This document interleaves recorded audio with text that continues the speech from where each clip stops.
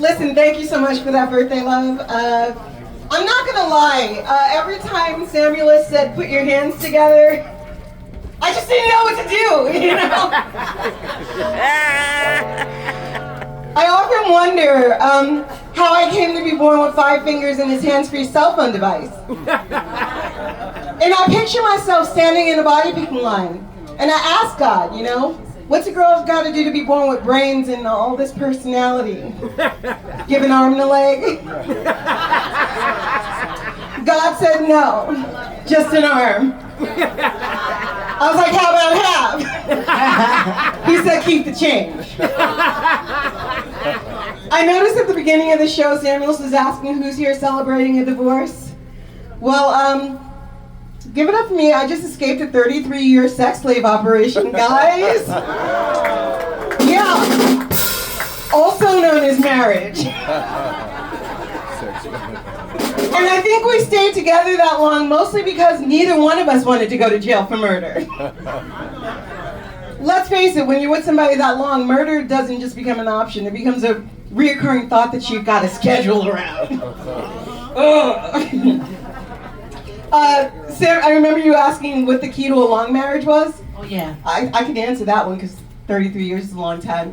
It's loads of good sex, you know what I'm saying? All that sperm is the glue that holds you together. Natural. Plus, I remember my mom used to give me some good advice, you know, when I was married. She said, a couple should never go to bed angry, you know? So whenever my husband and I got into a fight, whenever we got into a fight, it was always my job to turn the other cheeks. I'd be like, I don't care if we hate each other, you're gonna clap these cheeks like you mean it. So we can go to bed happy, bitch. And if you're happy and you know it, clap your cheeks. But listen, when things went sour, right? When they went south, my ex didn't want to share the home we owned and our 8 children together, right?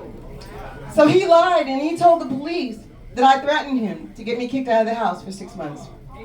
Yeah, but that's not the biggest thing. It was in that moment, though, that I realized that in the 33 years I had been loving that man, I had been in a lesbian relationship the whole time. Because that was a pretty sassy thing to do, right?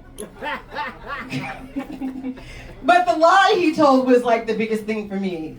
This 82nd Airborne older gentleman told the police that I told him he could leave the house alive or dead. Listen, let me tell you why that was insulting. First of all, it was insulting because that lie totally lacked creativity. And second of all, it implied him leaving the house alive would be an option. No. But listen, when he did that to me and I was living out of a suitcase for 6 months, I didn't just get angry. I went on a spiritual journey. And I discovered the 5 phases of forgiveness. All right? You know, because when you get upset, you don't just send a clown emoji, you know. Stage 1 was Zenness. It was Namyoho Renge Kyo. Tina Turner. Guy, that's a real word. You know, I looked it up in my soul. It means I am above. I am serene. I had my anger reclassified as a curable mild disappointment. Oh shit. Now whenever I thought of my ex, I imagined myself whispering to him. Whenever I saw his face in my mind, I say, I release you to the universe's customer service department. May you be on hold forever. Basically, stage 1 is you lying to your therapist and God at the same time. Stage 2. Stage 2 was like the weightlift Fantasia, right?